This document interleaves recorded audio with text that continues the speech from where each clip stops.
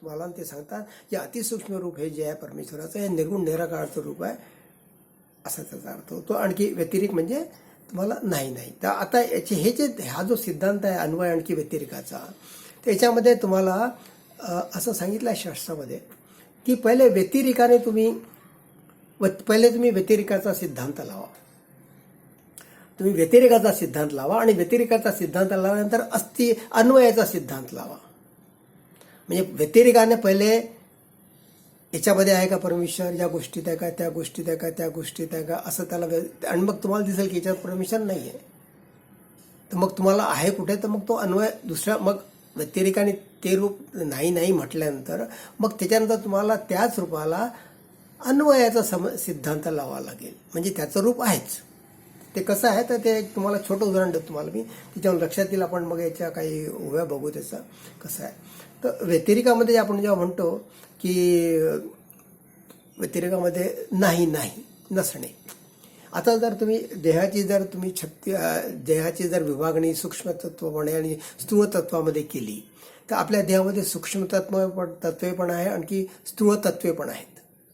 स्थूळ तत्व कुठले आपले हाड आहे, दात आहे, नख आहे, किंवा आपलं पेशी आहे आपल्या शरीरातल्या, किंवा रक्त आहे आपल्या शरीरातलं. हे जे घटक आहे शरीराचे स्थूळ घटक आहे, जे तुम्ही डोळ्याने पाहू शकता. तुम्ही ते इंद्रियांना गोचर आहेत, ते तुम्ही पाहू शकता की बा हाड अशा पद्धतीचं आहे, किंवा पेशी अशा पद्धतीची आहे, दात किंवा नख किंवा आपले जे स्नायू आहेत तेच तुम्ही स्नायू बघू शकता आपले, किंवा डोळ्यांनी जाणू शकता. म्हणजे हे स्थूळ आणखी सूक्ष्माचं रूप झालं. आता जर तुम्ही हाड प्रत्यक्ष घेतलं किंवा चामडी किंवा पेशी जर प्रत्यक्ष घेतले आणि त्याचा डॉक्टरला म्हटलं की विश्लेषण करा, तर डॉक्टर म्हणाल काय हाड आहे बा, याच्यात काय काहीच नाही, हे स्थूळ पेशी आहे. किंवा चंचळाचं तुम्ही रूप घेतलं, मनाचं रूप घेतलं किंवा अंतःकरणाचं रूप घेतलं, तर अंतःकरण कुठं दिसतं? तुम्ही चिरफाड जरी केली तुमची, तुम्हाला अंतःकरण दिसत नाही. आपण म्हणतो मन आहे, मन आहे, चित्त आहे.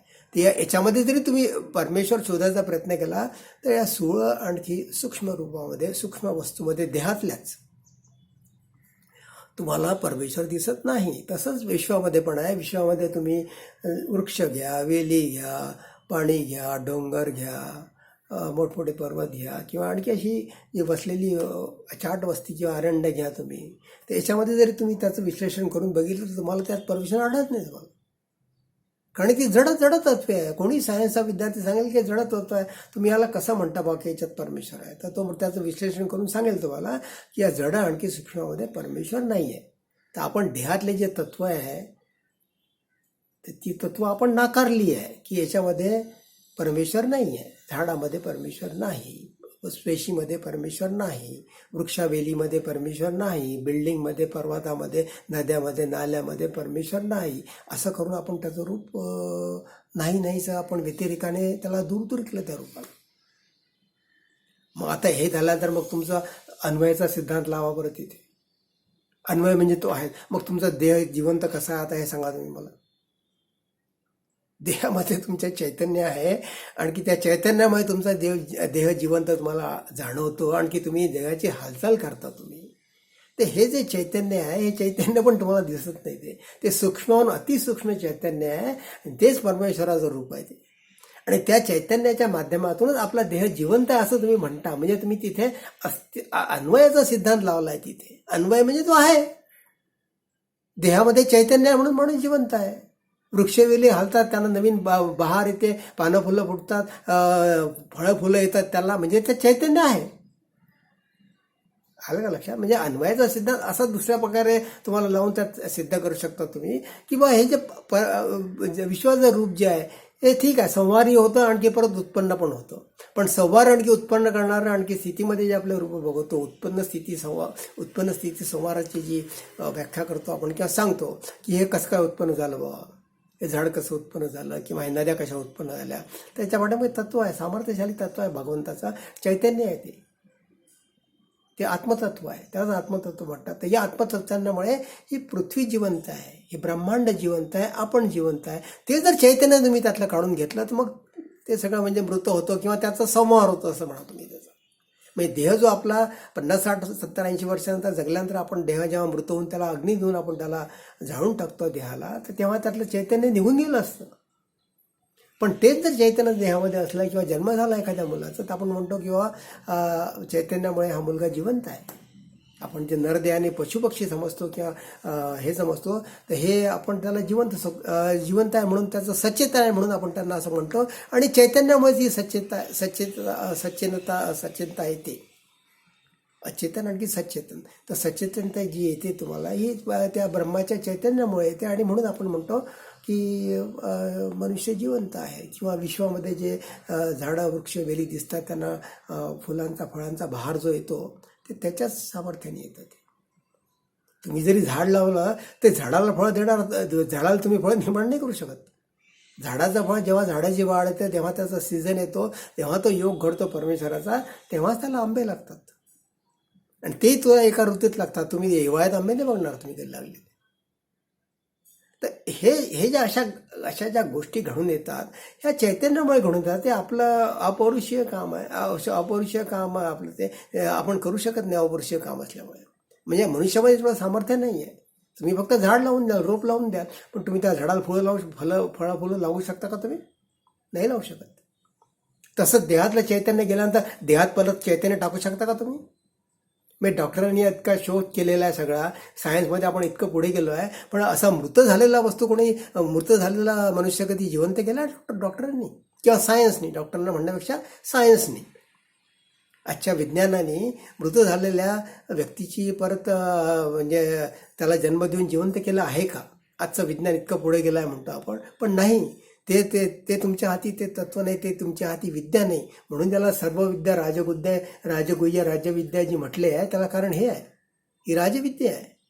आणि ही विद्या तुम्हाला त्रिगुणात्मक मायेच्या द्वारेच तुम्हाला जाणून घ्यायची आहे. म्हणून त्यांनी पहिलेच लोकांनी भगवंतांनी सांगितलं की ही राजविद्या राजगुह्य आहे, तुम्ही जाणून घ्या आणि या योगाच्या द्वारेच तुम्ही भगवंताची प्रचिती तुम्ही विश्वरूपात घेऊ शकाल. तर हा असा जो अन्वय व्यतिरेकाचा जो सिद्धांत आहे, कार्यकारणाचा सिद्धांत तुम्हाला माहीत आहे. त्यानंतर आपण आता अन्वय व्यतिरेकाच्या सिद्धांताकडे वळलो आहे. आणि ह्या सिद्धांत तुमच्या लक्षात येईल. आता जो तुम्हाला सांगतो, काही ओळ वाचून दाखवतो तुम्हाला लक्षात येईल त्याच्यामध्ये की संतांनी त्यांच्या वाङ्मयातून हे कसं व्यक्त केलेलं आहे. कारण की आपण जेव्हा ओव्या किंवा ग्रंथ वाचतो ना, तेव्हा याच्या पाठीमागचा आपल्याला भावार्थ कळत नाही. आणि भावार्थ न कळल्यामुळे तुम्हाला त्या ओव्यातला अर्थ कळत नाही. तुम्ही म्हणता अरे मला लक्षात नाही येत, काय प्राकृत भाषेत लिहून ठेवलं आहे, फार मोठे संत होऊन गेले आहे, पण आपण अज्ञानी आहे, आपण त्यातला अर्थ समजत नाही, किंवा तुम्हाला ब्रह्मज्ञान प्राप्त नाही आहे म्हणून तुम्हाला त्यातला भावार्थ कळत नाही. तर आपण अशा काही ओव्या बघू संतांच्या की ज्याने त्यांनी भगवंताचा जो भाव आहे किंवा भगवंताचे अस्तित्व भाव आहे, अन्वय आणखी व्यतिरेकाचे जे भाव आहे ते कसे याच्यामध्ये दडलेले आहे ते तुम्हाला ओव्या ऐकल्यानंतर लक्षात येईल. दिसेना तरी काय झाले परंतु ते सर्वत्र संचिले. दिसेना तरी काय झाले म्हणजे दिसत नाही भगवंताचं रूप, चैतन्य दिसत नाही, परंतु ते सर्वत्र संचिले. पण ते सगळ्या ठिकाणी विश्वामध्ये ब्रह्मांडामध्ये व्यापून आहे. ते सूक्ष्मची कोंदाटले जेथे तेथे. म्हणजे हे परब्रह्माची अस्तित्वाची व्याख्या सांगतात आहे की ते कसं आहे, ते सर्व व्यापक आहे आणि सगळीकडे ते कोंदून भरलेलं आहे, दाटून भरलं आहे सगळ्या विश्वामध्ये. ब्रह्मांडी कालवेले पदार्थाची व्यापून ठेले, सर्वांमध्ये विस्तारले अंश मात्र.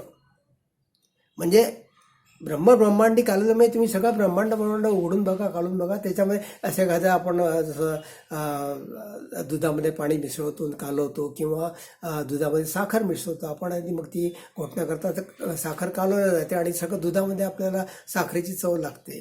त्याचप्रमाणे ब्रह्मांडी कालवले म्हणजे ब्रह्माचे जे अंश आहे, हे ब्रह्म जे आहे सगळं ब्रह्मांडात कालवलेलं गेलं आहे. ते पदार्थाशी व्यापून ठेले म्हणजे सगळ्या पदार्थामध्ये त्याचं अस्तित्व आहे. तुम्ही जर घटक पदार्थ घेतले त्याचा, तर ते घटक पदार्थ जरी तुम्हाला ते जड वाटत असले तरी त्या चैतन्यामुळे, ते चैतन्य असल्यामुळे ते पदार्थ निर्माण झाले आहेत. म्हणून पदार्थाशी व्यापून ठेले, सर्वांमध्ये विस्तारलेले अंश मात्र. म्हणजे त्याच्या अंशाने सगळं हे ब्रह्मांड व्यापलेलं आहे. पुढचा श्लोक पुढची ओवी बघा. उसामध्ये घेई जे रस, उसामध्ये घेई जे रस, एर सांडी जे बाकस. म्हणजे तुम्ही ऊस जेव्हा खाता तर ऊस खाता तेव्हा उसाला चावून तुम्ही उसातला रस ग्रहण करता आणि त्याचं जे बाकस उरतं, जो चोथा उरतो, तो चोथा आपण फेकून देतो. कारण तो चोथ्यामध्ये काही राहत नाही, कारण की रस तुम्ही ग्रहण केलेला आहे, रस तुम्ही प्राशन केला आहे उसाचा. म्हणून म्हणतात उसामध्ये घेई जे रस, एर सांडी जे बाकस. आणि तैसा जगामध्ये जगदीश ओळखावा.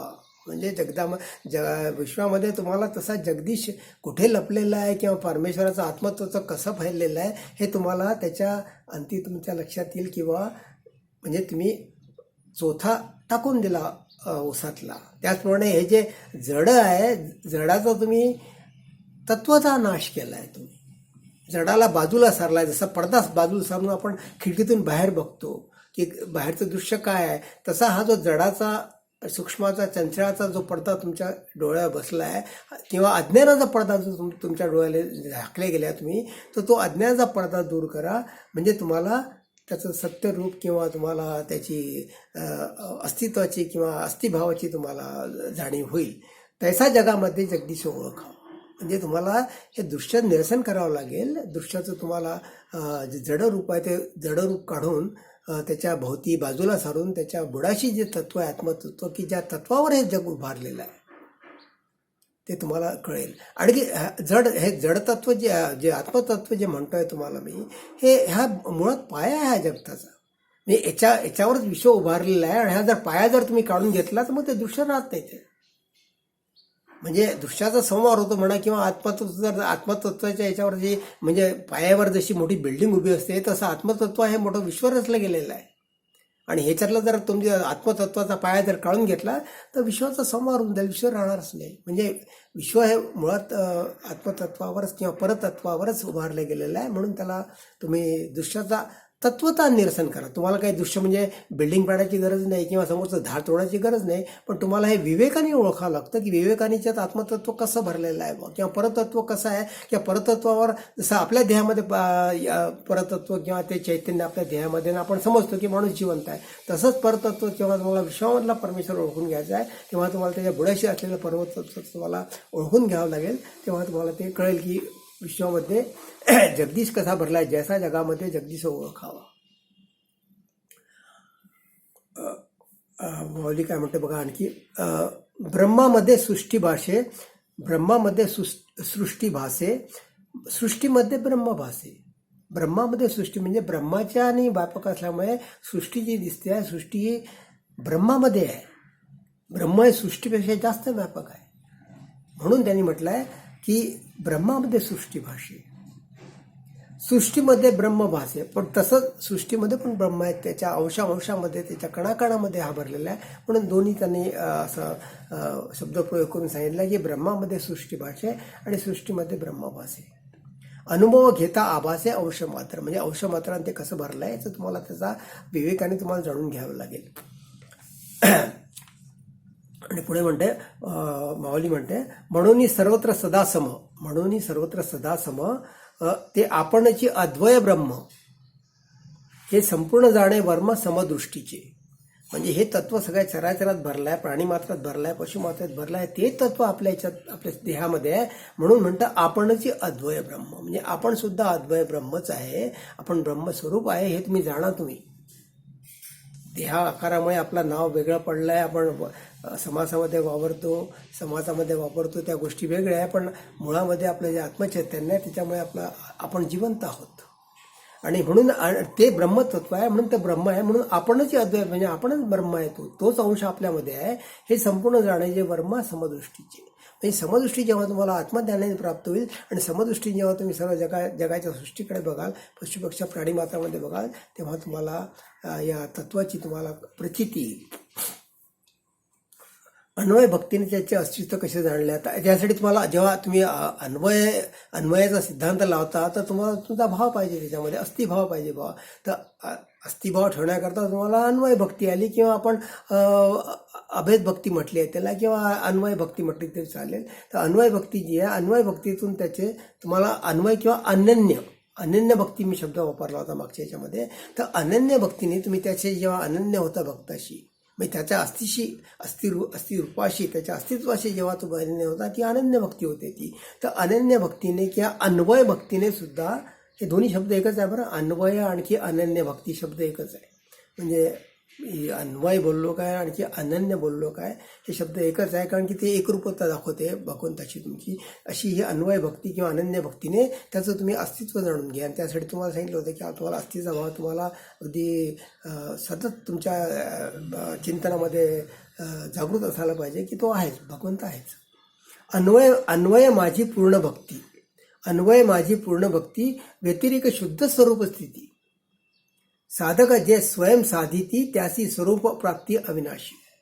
म्हणजे अन्वय माझी पूर्ण भक्ती होते. का पूर्ण होते? पूर्ण का म्हणा शब्द आहे, कारण की व्यतिरिकाने तुम्ही अनित्य जो भाग आहे तो अनित्य भाग हाडामासांचा तो दूर केला आहे तो. कारण की झीज होणार आहे ते क्षयरूप आहे आपलं देहाचं, तर ते तुम्ही क्षय असं झिजणारं जे रूप आहे किंवा झिजणारं जे नामरूप दिसतं तुम्हाला हाडं मासं लागतं, तर हे तुम्ही दूर केलं आहे. आणखी त्याचा शुद्ध स्वरूपाचा तुम्ही ठाव घेतलेला आहे. म्हणून व्यतिरेक शुद्ध स्वरूप स्थिती म्हणजे हे जेव्हा तुम्ही देहातले सूक्ष्म आणखी स्थूल तत्वे जेव्हा तुम्ही दूर केली, तर ही स्थूल आणखी तत्वे दूर केल्यानंतर तुम्हाला व्यतिरेक शुद्ध स्वरूप स्थिती, मग तिथे शिल्लक काय राहते?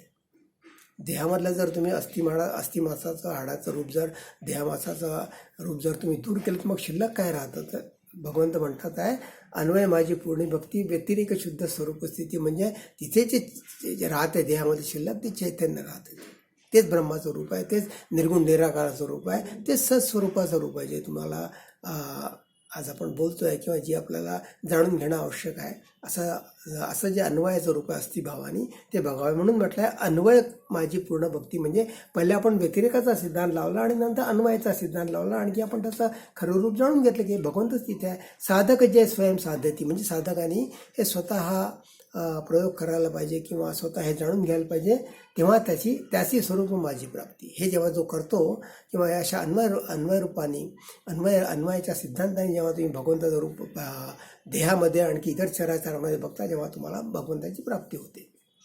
आणखी तुम्हाला जरी भगवंताचं रूप दिसलं नाही तुम्हाला, पण भगवंत आहे पण म्हणता बा तुम्ही नेहमी सांगता की काय अस्तित्व सांगताय आणि काय आहे आणि काय नाही, आमच्या काही लक्षात येत नाही. बरोबर आहे, लक्षात येणं शक्य नाही, कारण की तुम्ही त्याच्यावर कधी चिंतन मनन नाही केलं आहे. पण एक साधी गोष्ट सांगतो, तुम्ही रोज जेवता, तुम्ही अन्नप्राशन करता, अन्नप्राशनामध्ये जेवणामध्ये अन्नामध्ये मीठ असतं. मीठ दिसतं का तुम्हाला? अन्नामधलं मीठ जे आहे अदृश्य मीठ आहे ते तुम्हाला दिसतं का? पण तुम्हाला माहीत आहे की बा अन्नामध्ये मीठ आहे, आणि ते तुम्ही खाल्ल्यानंतर अनुभवल्यानंतर चाकून म्हणता की नाही मीठ बरोबर झालं बा, जास्त नाही कमी नाही काही नाही. आणि मिठाची चव तेव्हा तुम्हाला जाणवतं जेव्हा तुम्ही अन्नप्राशन करता. म्हणजे याचा अर्थ काय झाला की अन्नामध्ये मीठ आहेच, पण तुम्हाला असं अन्नातलं मीठ शोधायला सांगितलं तर अन्नातलं मीठ तुम्हाला दिसणार नाही आहे. भातामध्ये मीठ कुठे आहे रे बा, पोळीमध्ये मीठ कुठे आहे, भाजीमध्ये मीठ कुठे आहे म्हटलं तर दाखव काढून तर म्हटलं तर दाखवू शकतो का तो? त्या कोणी दाखवू शकणार नाही, कारण की मीठ हे इतकं मिसळलं गेलं अन्नामध्ये, अन्न शिजवताना, की तुम्हाला मिठाची दृश्यता तिथे दिसत नाही. पण टाकताना गृहिणी स्वयंपाक करताना मीठ वरतून टाकतं, भाजीमध्ये भातामध्ये किंवा वरणामध्ये टाकतं ते. तर हे असं जे मिठाचं जे अदृश्याचं रूप आहे तसंच भगवंताचं रूप आहे. म्हणजे तुमच्या जीवनामध्ये आपण म्हणतो की बा भगवंताला तुम्ही जाणा, तुमच्या जीवनाच्या आयुष्यामध्ये भगवंत तुमच्या भरून आहे सगळे प्राणीमात्रामध्ये दृश्य ब्रह्मांडामध्ये. त्याला कारण हे आहे, अन्नामध्ये जसं मीठ दडलेलं आहे आणि भावार्थाने किंवा अनुभूतीने तुम्ही ओळखता ते मीठ की आहेच, तसं तुम्हाला भगवंतावर इतक्या श्रद्धा निष्ठा ठेवावं लागेल की भगवंताचं आहेच, आत्मतत्व आहेच. हेच अन्वयाचा सिद्धांत तिथे सांगतात आहे देव. आणि हे फारच सोपं उदाहरण आहे, आपल्या रोजच्या जीवनातलं उदाहरण आहे की जेणेकरून तुम्ही समजू शकता की बा अन्नामध्ये मीठ असतं तसं भगवंत जगामध्ये ब्रह्मांडामध्ये आहेच. त्यासाठी म्हणतात आता व्यतिरिकाने जेव्हा तुम्ही तुमचं रूप बघायला सुरुवात करता किंवा तुम्हाला बघायचं आहे तेव्हा तुम्ही म्हणता व्यतिरिकाचा सिद्धांत लावा. म्हणजे काय लावा? संग सोडावा आपुला मग पहावे तयाला, अनुभवी तो या बोला सुखावे लगा. संघ सोडावा आपुला म्हणजे तुमचा संघ कुठला सोडावा? तुम्ही देहाचा संघ त्यागा. तुम्हाला अभिमान, देहामुळे अभिमान लागलेला आहे, उपाधीमुळे अहंकार लागला आहे तुम्हाला. हा जर संघ जर सोडला तुम्ही, म्हणजे त्यातली स्थूळ आणखी सूक्ष्म तत्व जर तुम्ही दूर केली, तर जे शेवटी शिल्लक राहतं ते ब्रह्मांडाचं रूप, ब्रह्माचं रूप आहे, परतत्व आहे, आत्मतत्व आहे. म्हणून म्हणतात ते संघ सोडावा आपुला. तेव्हा ओव्यांच्या पाठीमागचा जो दडलेला अर्थ आहे ना, हा आपल्याला न कळल्यामुळे आपल्याला दासबोध म्हणा किंवा गीता म्हणा हे ग्रंथ समजत नाही आपल्याला. तुम्ही म्हणता अरे काय संघ सोडावा आपला मग सांगावे त्याला. तुम्हाला याचा पाठीमागचा अर्थ सांगून राहिलो मी आता स्पष्ट करून की याच्या पाठीमागे अन्वय व्यतिरेकाचा संबंध लावला. ही जी ओवी टाकली आहे समर्थांनी, ही ओवी त्या उद्देशाला, त्या भावार्थाला धरून टाकली आहे की संघ सोडा. म्हणजे संघ म्हणजे कुठला? तुमचा उपाधीचा संघ आहे, तुमचा अहंकाराचा संघ आहे. हा जर तुम्ही सोडला तुम्ही मग पहावे तयाला, मगच त्याचं तुम्हाला रूप दर्शन. अनुभवी तो या बोला सुखावे लगा. म्हणजे तुम्हाला त्याचा जेव्हा अनुभव येईल प्रचितीची, चैतन्याची, तेव्हा तुम्हाला ते सुख लावेल. सोडिता जया संघाशी, परत तोच मुद्दा आहे. सोडिता जया संघाशी ऐक्य होई निसंगाशी. तुम्ही हा जो संघ लागलेला आहे, सोडिता जया संघ, हा जो संघ लागला उपाधीचा किंवा अहंकाराचा, हा संघ तुम्ही सोडा. या संघाशी जेव्हा तुम्ही सोडता ऐक्य होई निसंगाशी, तुमचं जे ऐक्य होईल त्यानंतर ते निसंगाशी ऐक्य होईल. म्हणजे निर्गुण निराकार अरूप अशा परमेश्वराच्या चैतन्याच्या रूपाशी तुमचं ऐक्य होईल. तुम्ही त्याला जाणाल. कल्पनेविणे प्राप्तीशी अधिकार ऐसा. म्हणजे तुम्ही ही कल्पनेविणे प्राप्तीशी अधिकार ऐसा म्हणजे काय? अधिकार असा म्हणजे तुम्हाला अधिकार केव्हा प्राप्त होईल अशी जर तुम्ही कल्पना केली, असं जर तुम्ही चिंतन मनन केलं तर तुम्हाला त्याचं रूप सापडून तुम्हाला आत्मज्ञानाचा अधिकार प्राप्त होईल किंवा तुम्हाला आत्मज्ञान प्राप्त होईल. कारण तुम्हाला चैतन्याला जाणलं आहे. चैतन्याचं रूप हे सर्व व्यापक आहे, अखंड आहे, सगळ्या अंशात भरलेलं आहे. तो म्हणून असं जे रूप आहे तुम्ही जाणता तुम्ही त्याला. आणि हे जे विश्वरूप जे आहे तेव्हा कृष्णाने अर्जुनाला गीतेमध्ये दाखवलं 11व्या अध्यायामध्ये की विश्वरूप पहा. तर विश्वरूप पाहून अर्जुनाला ते म्हणजे पचनी पडत नाही. म्हणजे तो घाबरून जातो तो की बा हे इतकं घोर आणखी 11 विकरा रूप आहे. मला हे रूप पाहून मला म्हणजे पाहण्याची मला भीती वाटली, थरथर कापायला लागला होता तो अक्षरशः. म्हणजे ही 2 रूपं आहे परमेश्वराची. कोणती 2 रूपे आहे? एक पालन पोषण करणाऱ्याचं रूप जे कल्याणकारी रूप म्हणतो आपण त्याला, ते एक रूप आहे. आणखी मृत्यूचे जे प्रचंड तांडव घालतो, जसं कोरोनाने तांडव घालून ठेवलं सगळ्या जगामध्ये. तर हे जे तांडव आहे तेच 11 विकार जे मृत्यूचं रूप आहे, काळाचं जे रूप म्हणतो आपण त्याला, ते 11 विकार रूप म्हणून अर्जुन घाबरून गेला होता तो. पण त्याच्यावर कृष्ण त्याला हेच सांगतात की माझं हे जे रूप आहे हे जे रूप आहे हेच खरं रूप आहे माझं, तू लक्षात घे. म्हणजे एक परिपूर्ण कल्याणकारी रूप आणि दुसरं काळाचा घोर रूप जे आहे, हे दोन्ही रूप एकाच नाण्याची 2 बाजू आहे. आणि हे जेव्हा तू जाणशील तुला, तेव्हा माझं पूर्ण रूप तुला, परिपूर्णतेचं रूप तुला कळून येईल तुला. हे रूप जरी घोर विकृत आणि थोर, तरी काळ निश्चयाचे घर हेची करी. म्हणजे हे दोन्ही रूप जे सांगितल्या इथे या ओवीमध्ये माऊलींनी, हे रूप जरी घोर म्हणजे ते 11 विकार जरी रूप असलं, मृत्यूचं तांडव जरी असला किंवा काळ जरी असला तो, तरी ते माझंच रूप आहे. विकृत आणि थोर, फार भयंकर रूप आहे. आपण नेहमी कल्याणकारी रूप, सुखकारी रूप, सगुण रूपाचाच आपल्याला फार आनंद वाटतो, पण ते रूप आपण कधी जाणवण्याचा प्रयत्न केला नाही. मृत्यू आला असं म्हटलं की आपल्याला शार उठायची, अरे बाप रे आता माझा देह जाणार, आता मी मरणार, असं लोकांना असं वाटतंय, घाबरून जातात लोक भीतीने. तसं हे मृत्यूचं काळाचं तांडव आहे, इथे प्रलयाचं रूप आहे. तर हे काळ निश्चयाचे घर हेची करी. तर अशा प्रकारे तुम्ही अन्वय आणखी व्यतिरेकाचा जर सिद्धांत लावला तुम्ही, तर या अन्वय आणि व्यतिरेकाच्या सिद्धांताने तुम्ही परमेश्वराची प्रती घेऊ शकता. आणखी तुम्हाला मी उदाहरण देतो.